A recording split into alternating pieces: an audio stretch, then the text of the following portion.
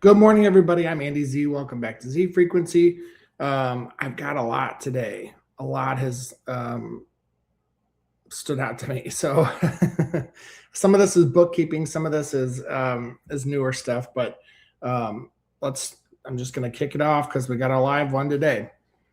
So my first thing that stuck out to me is about Erika Kirk, and I want to be very clear. Candace Owens and Erika Kirk, they both have large platforms. I don't trust anything that they're saying. They're steering a narrative. So, but I wanted to point this out because this is one of the techniques that they use to shut people up. So we have some commenter, a boo-boo, I guess. That says Erika is more angry at Drewski than she is at the shooter who killed Charlie. And Erika Kirk responds, "You are a disgusting human being for even typing that. The reason Drewski made me this angry is because he is alive, public, laughing, and actively choosing to mock me in real time while millions cheer it on. My husband's death is a source of permanent grief. This is a source of ongoing humiliation. Do not ever speak on my husband, my pain, or what I have carried in private like you know a single thing about it." And although I think Candace Owens is steering a narrative, she's being controlled and she's controlling everybody that follows her. I do agree with what she responded to this, which is, I actually agree with the comment. Erika is showing more public rage over a comedy skit than over the tragedy she keeps invoking whenever it benefits her argument. That may sound harsh, but it is exactly why so many people are no longer buying this performance. And that is something that we have to be aware of. It's very easy for people to see how inauthentic this whole situation is with Erika Kirk. And when people start to speak out on it or notice something or say something, then you're going to have these people making a very emotional plea and saying, "Oh, but I'm suffering, and I've lost my husband." In my mind, I don't believe that was an actual union. I think a lot of these MK Ultra victims are set up together to control a narrative. So it's not like I don't believe she fell in love with Charlie. I don't believe that they have kids. I don't believe any of that. What I think happened is they were ready to traumatize the public because he had such a huge following. I had seen clips of him. I didn't follow any of this stuff, but apparently he was really beloved by the public. And so this was a really easy way to traumatize him, to push this transgender agenda that they are working on right now. You know, they kind of take the fringe of society and make them villains, and so that you should be scared of them, and to also push gun control. So, and all these people that are having all these transgender, I'm not saying everybody that's transgender, but these people that they're, making murder people are MK Ultra victims as well. So they have multiple personalities. They have alter personalities due to trauma and abuse. So they are pinning them. It's a very easy scapegoat for them because they can control everything from start to finish. So that's the first thing. The second thing, we talked about Tim Burchett yesterday. Again, I don't trust politicians. This isn't about his political leanings. He seems to be the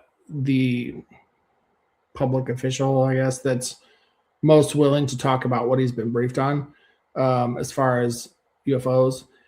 And I'm sure everybody's heard about this missing general that has just completely gone missing. There's been a call from a recorded 911 call from his wife saying, it seems like he ran away. I don't know. There's no guns missing, no cars missing. His phone's here. I don't know what's going on.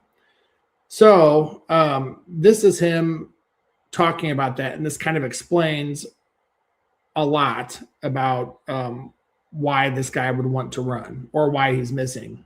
So let's just play this.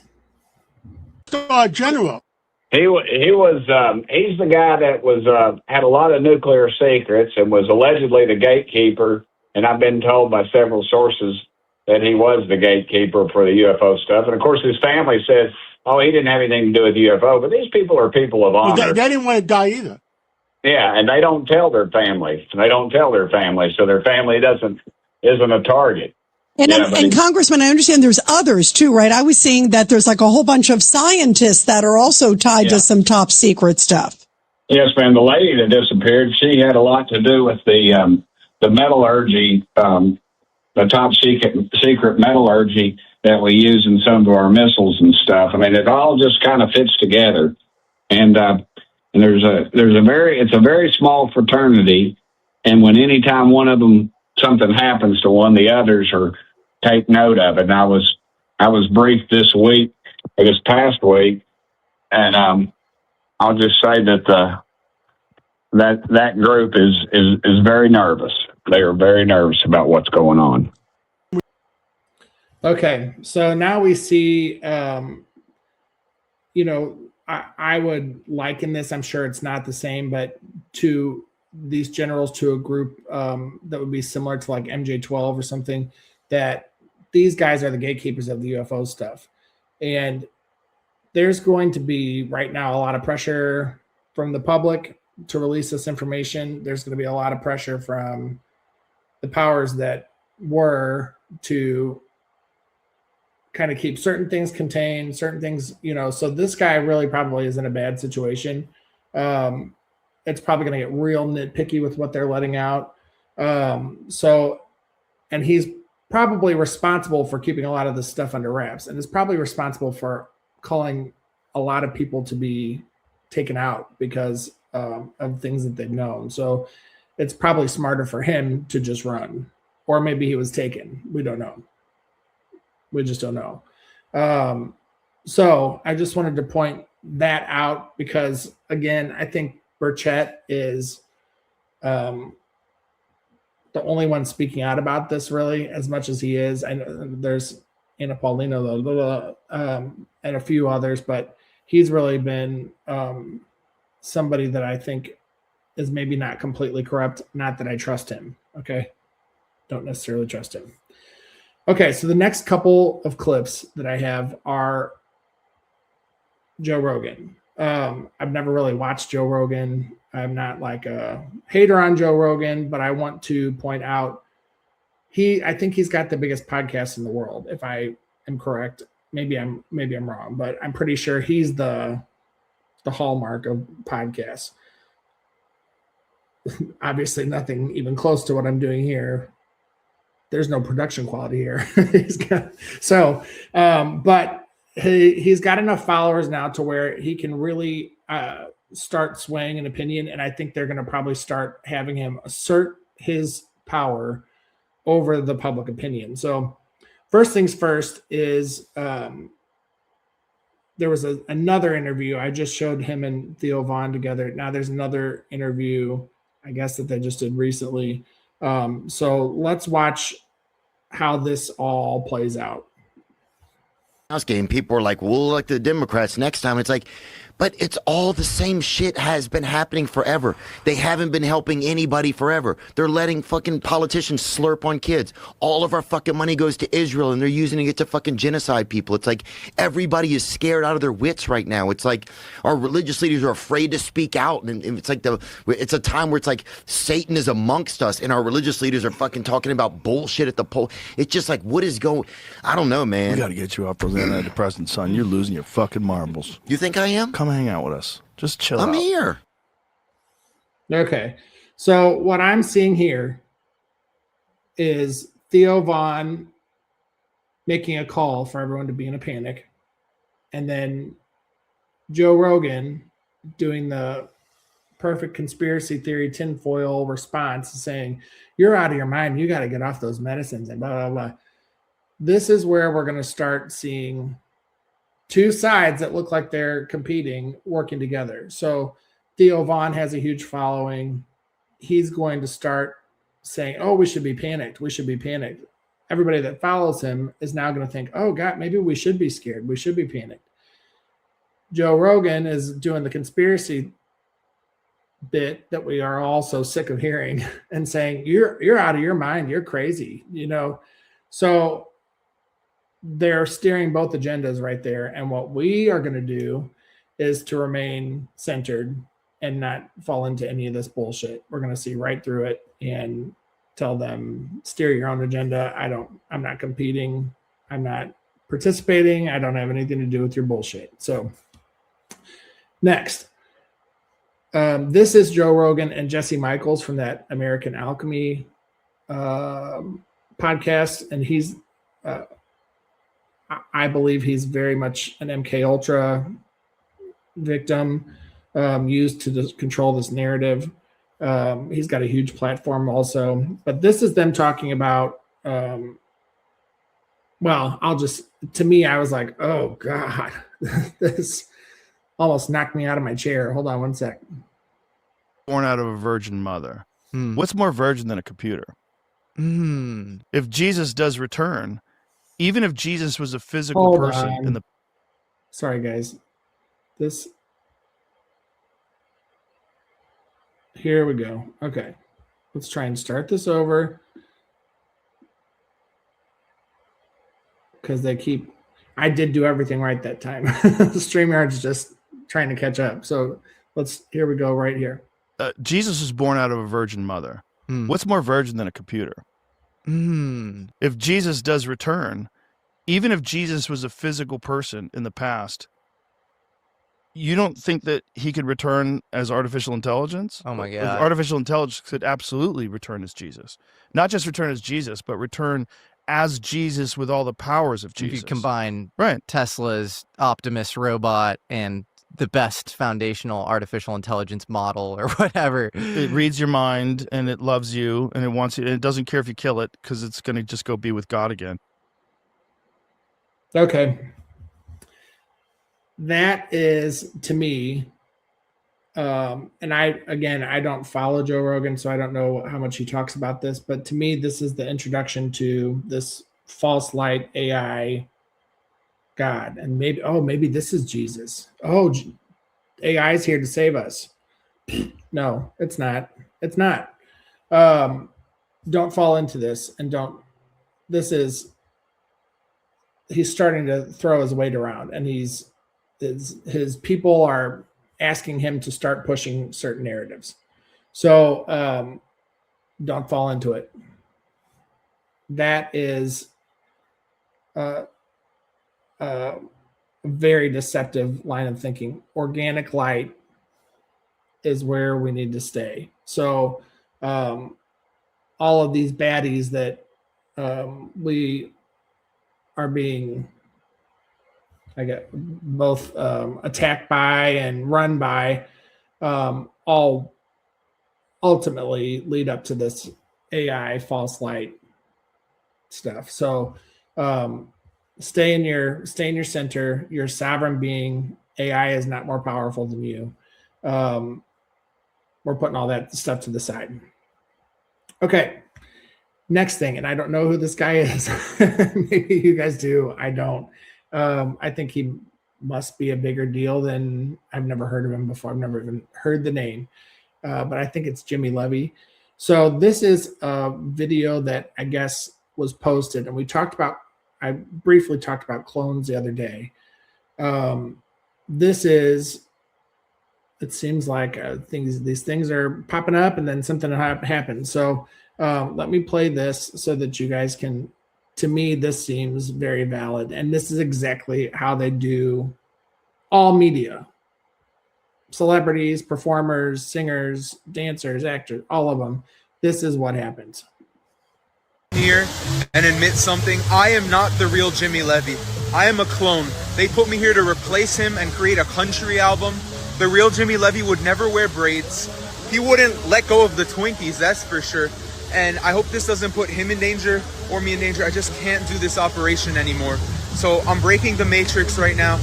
And I'm going to do the old chopperoo while I have this meat suit. Okay. So here's the thing with these clones is, well, there's a few there's a lot of different, I shouldn't say here's the one thing with these clones. There's a lot of different ways that this goes. What I think this is they've taken his DNA, they've grown and built a clone. They don't have a soul. So this is like an organic android kind of. They don't have a soul to like keep things together. Does that make sense? I know that it's a very poetic way of saying it. Keep it together. So they will not be as let's say robust or as hardy as we would be dealing with things. So they break. So this is a great example of what we see. Many of them will not go this far to post this because they know that they're going to be killed. I mean, they're an organic android basically. So it's not like they're trying to hang on to them. So unfortunately, I feel for that poor guy, I guess. But yeah, as scary as this stuff is, or as odd as it is, I'm happy that it had the bravery to come forward and say something. So,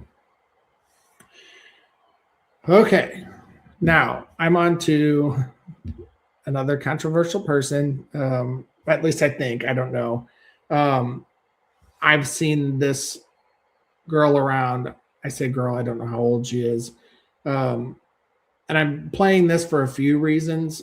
First of all, I know exactly what she's talking about. That's happened to me. Not dating somebody, but people that I've encountered. You'll see what I'm talking about. But also, to me, she is a disinformation agent. She's controlled opposition to me. So I'm just going to play this really quick.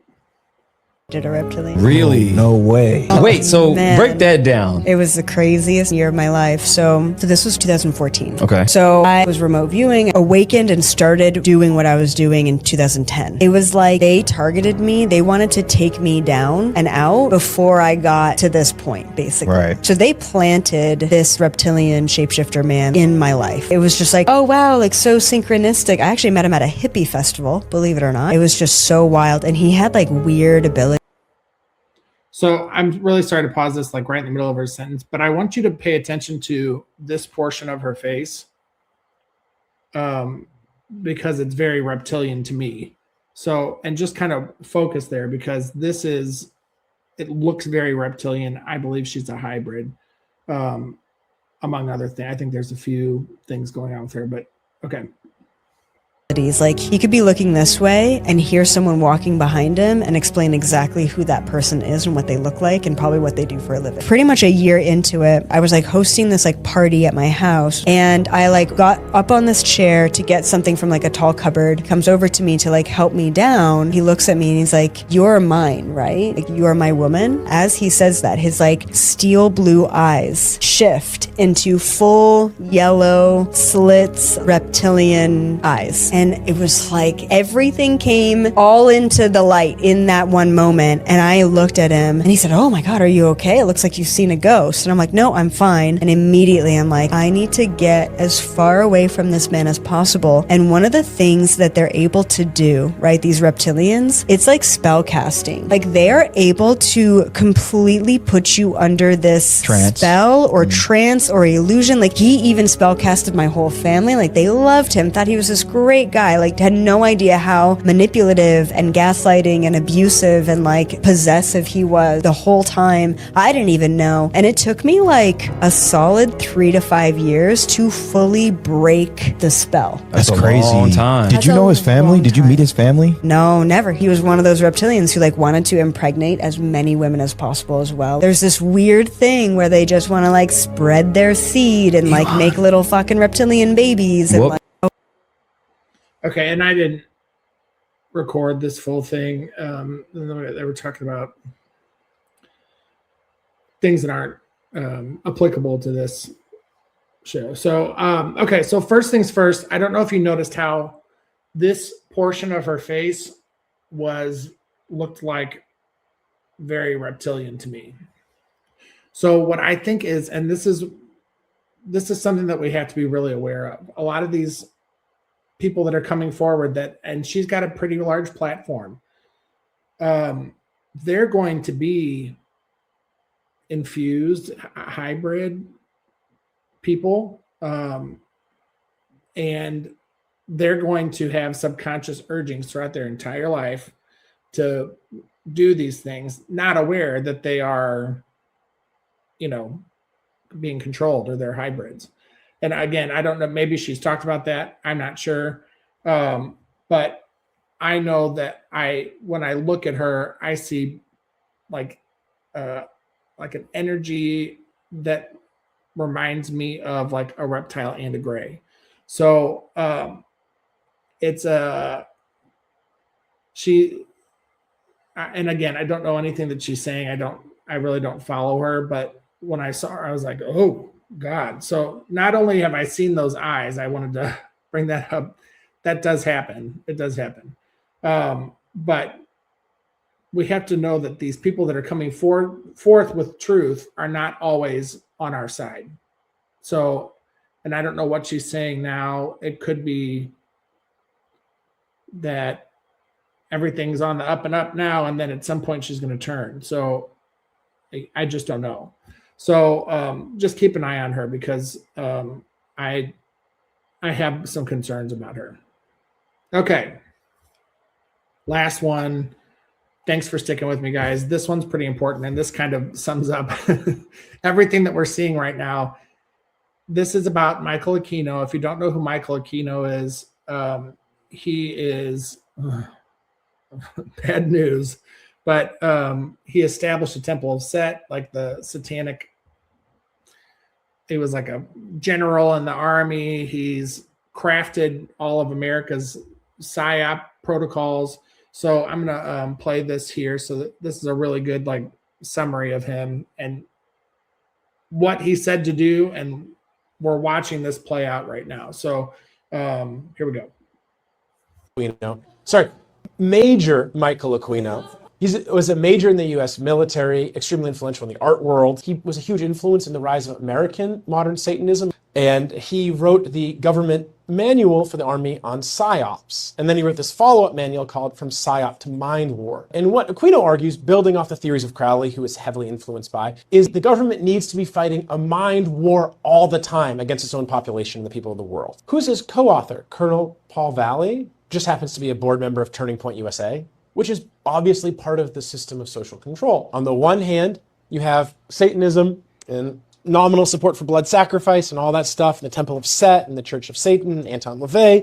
On the other side, you have traditional Christian family values, Turning Point USA, Charlie Kirk, and get married and have kids and, fight against Islam or immigrants or whatever. It's a setup for how to run the whole society. There needs to be a dominant narrative. There needs to be a counter narrative. There needs to be a counter to the counter narrative. There needs to be fringe marginal theories that are partially correct but are considered conspiratorial and outside the mainstream so that they're discredited but they actually connect some dots. Some people connect dots. They get pulled into Alex Jones or something else. And then you've got to reveal some of the horrors in certain ways in a controlled fashion, especially in a modern information age, and then work to promote false alternatives to those. And that's not a conspiracy. I mean, in a sense, to conspire, to breathe together. They do breathe together in rooms and make decisions. But that's not some fringe theory that's not proven. It's just the basic reality of how capitalism has to operate. You can't run that system without a lot of social control. If that doesn't sum up all of this, I don't know what does. So, and Aquino has been named by so many people at this point. It seems like he has had his hand in everything. So, and we saw that exactly what's happening now is, they've got the narrative, they've got the counter narrative, they've got the counter narrative, they've got the fringe people that have little threads of truth that are still wrong and don't have the full truth. This is what they do. So you've seen it. You saw the person that wrote the playbook. We know now you can look into these things. What I would say is right now where your attention goes is really important. I don't know that unless you feel like you don't understand the psychological operations that they're performing on us, maybe it's better to read into it. If not, I know that how these Satanists work is they will embed frequencies and spells into their works. So it may not be the best to read, but he does have quite a few books out there about psychological operations because, again, the karmic retribution, they have to put it out there in order to kind of not accrue karma, basically. Or, you know, they're going to be walking a very fine line. So that's the playbook right there. So if you need any, that sums everything up, what we're seeing right now perfectly. They want us divided, confused, and feeling like we're helpless and hopeless, which is not the case. They are messing with us. The way that we fight that is by not falling into it. So keep your energy on yourself. Keep your energy on the things that you love. Keep your energy on self-love. Keep your energy on your family. Keep your energy in to creating a better future. And eventually this will pick up traction and things will change. So I appreciate all of you. Do not consent to any of this bullshit. And you're sovereign beings. And this is your reality. You have control of it. So build it how you want it. Have a wonderful day. TGIF. And hopefully I'll see you this weekend.